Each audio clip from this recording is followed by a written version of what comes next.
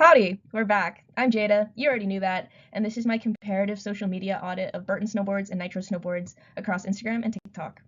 So for my audit, I focused on three key questions. One, who is using social media more strategically to build long-term brand presence? Number two, how effectively is each brand engaging in its key publics? And number three, where can they improve? Because frankly, not one snowboard brand has decided to make me a team member, and that means the whole industry could use an improvement.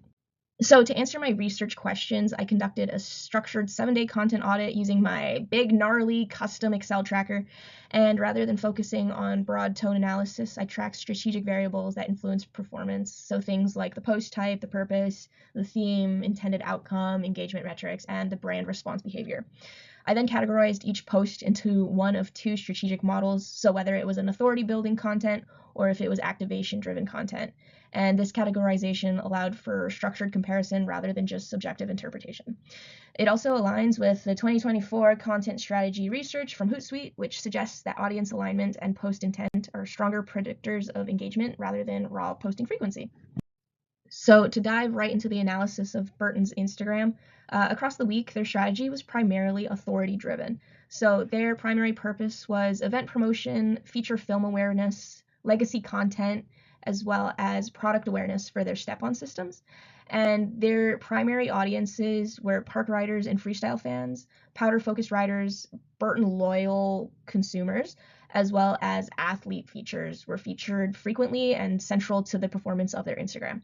The highest engagement posts were event-based, which included athletes like Zeb Powell, who if you haven't seen before, go check him out. He's sick as hell. But that was at the Red Bull Snow Rodeo. So Red Bull X Burton, very, very high quality content there. The intended outcome was awareness and brand reinforcement rather than direct interaction prompting, and their comment response behavior was limited except for when addressing technical product questions. They responded to my question about step-on systems, which was kind of cool, but kind of lame because I do not own nor can I afford step-on system. And to very briefly skim over their TikTok, they just posted very similar authority-driven content. If anything, they were reposting what they post on Instagram to their TikTok. Again, kind of the same themes of powder, rider showcasing, cross-promotion to their YouTube, as well as that's about it actually. They did not post a whole lot on their TikTok.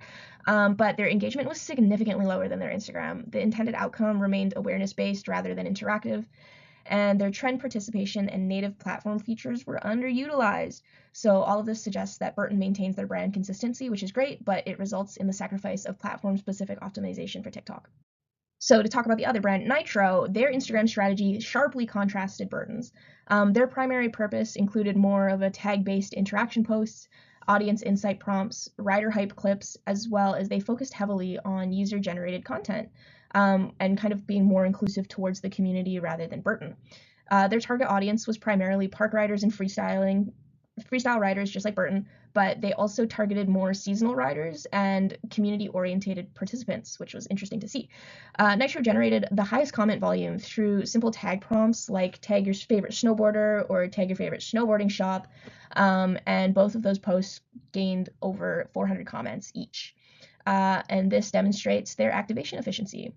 But Nitro's narrative, continuity, and brand storytelling were a lot less consistent compared to Burton's legacy positioning, and their brand response behavior primarily consisted of liked comments and emoji replies rather than detailed interaction or anything that provoked more thought than just a emoji. Again, to briefly brush over Nitro's TikTok, because both brands fell off the snowboard with their TikToks. Their presence showed inconsistent traction. Engagement was again significantly lower than their Instagram, but one notable observation I made is Nitro had minimal content tied to that snow rodeo I was talking about, the Red Bull X Burton thing. Despite they were at the event, they had one really shitty TikTok that only gained 4,000 views, and again, this indicates underutilization of high visibility opportunities. Platform native optimization remains an area for growth for both companies. As a part of my analysis, I conducted a direct engagement experiment. I submitted a technical inquiry regarding the step-on systems with Burton, as well as the event inquiry about the Ride on Jake Day. And they responded with detailed specifications and clarification, which was cool. I also engaged with Nitro, one of which gained a heart emoji, and the other one got an answer, but was very point-blank shot, done, no further questions, Your Honor. This aligns with research from HubSpot and Sprout Social indicating that response timeliness directly influences brand trust and perceived credibility. Responsiveness is not optional in community-driven industries. I love Nitro, but I'm kind of leaning towards Burton right now because they responded faster and with a little bit more oomph to it, you know?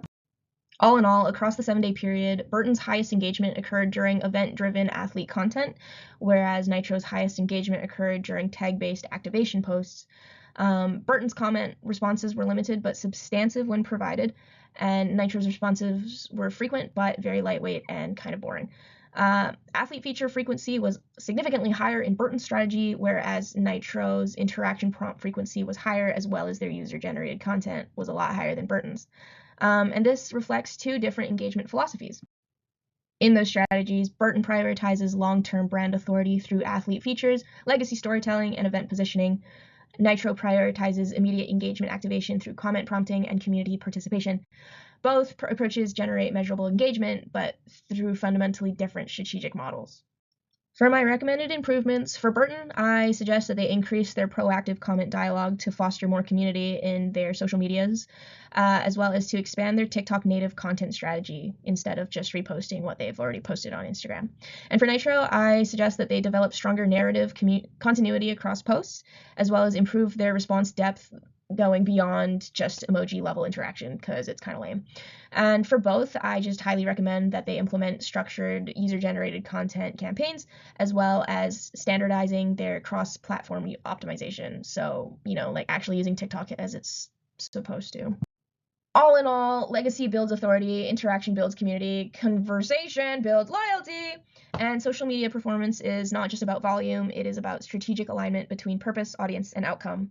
Thank you for listening to my TED Talk on snowboards. Yet again, I'm sure there's going to be another project in this class, and I will make it snowboarding. Until then, see you on the flip-flop.